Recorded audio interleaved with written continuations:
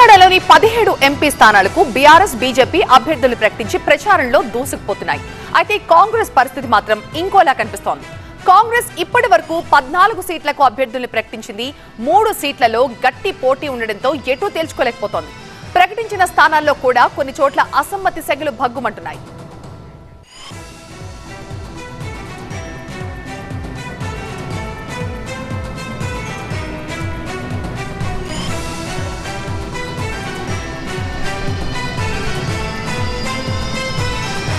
ముందుగా 5 నియోజకవర్గాల సంగతి చూద్దాం. చేవెళ్ల, సికింద్రాబాద్, హైదరాబాద్, వరంగల్. సో ఈ ప్రాంతాల్లో దీనికి సంబంధించిన డీటెయిల్స్ మనం చూస్తున్నాం. ఇక్కడ అభ్యర్థుల్ని ప్రకటించినా కూడా అసమ్మతి ఒక రేంజ్ లో ఉన్నట్టుగా కనిపిస్తోంది.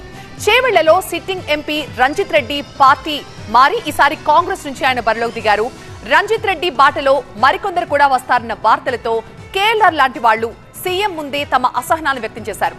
ఇక కాంగ్రెస్ పార్టీ గేట్లు ఓపెన్ చేస్తే పార్టీని నమ్ముకున్న మాలాంటి నేతల సంగతి ఏంటంటూ ప్రశ్నిస్తున్నారు ఆల్రెడీ పార్టీలో ఉన్న నేతలు.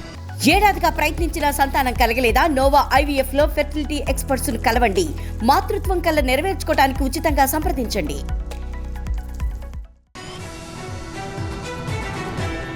ఇక బీఆర్ఎస్ ఎమ్మెల్యే దానం నాగేందర్ కాంగ్రెస్ పార్టీలో చేరడంతో సికింద్రాబాద్ ఎంపీ అభ్యర్థిగా ప్రకటించారు.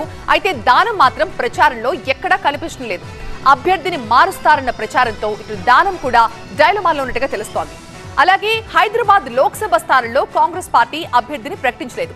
ఇక్కడ ఎంఐఎం చీఫ్ అసదుద్దీన్ ఓవైసీ పోటీ చేస్తూ ఉండడంతో ఆయనకి సహకరించాలని పార్టీ నిర్ణయం తీసుకుందని కాంగ్రెస్ నేత ఫిరోజ్ ఖాన్ నిన్నొక బాంబు పేల్చారు. అయితే ఆ తర్వాత మళ్లీ ఆయన తన మాటను మార్చారు. దిద్దుబాటు ప్రకటనలు చేసినప్పటికీ కూడా కాంగ్రెస్ పార్టీకి జరగాల్సిన డ్యామేజ్ అయితే జరిగిపోయింది.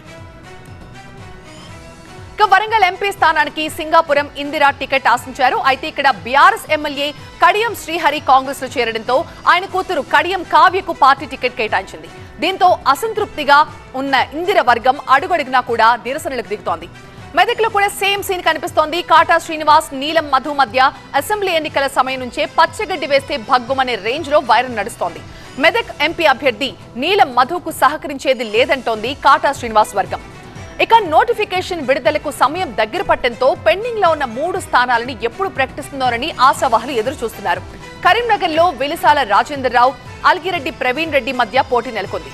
దీంతో టికెట్ కేటాయింపు కాంగ్రెస్ హైకమాండ్ కి పెద్ద తలనొప్పిగా మారింది. అలాగే ఖమ్మం టికెట్ రేస్ లో కూడా పొంగులేటి, తుమ్మల, భట్టి కుటుంబ సభ్యులు ఉండడంతో పార్టీ ఎలా ముందుకు వెళ్లాలో తెలియక తర్జన భర్జన పడుతుంటే తెరపైకి మండవ వెంకటేశ్వరరావు పేరొచ్చింది. అలాగే హైదరాబాద్ టికెట్ విషయంలో ఎంఐఎంతో ఫ్రెండ్లీ పోటీ ఉంటుందా లేదంటే అభ్యర్థిని పెట్టి సీరియస్ గానే బరిలో ఉంటారా అనే దానిపై ఇంకా క్లారిటీ రావాల్సి ఉంది.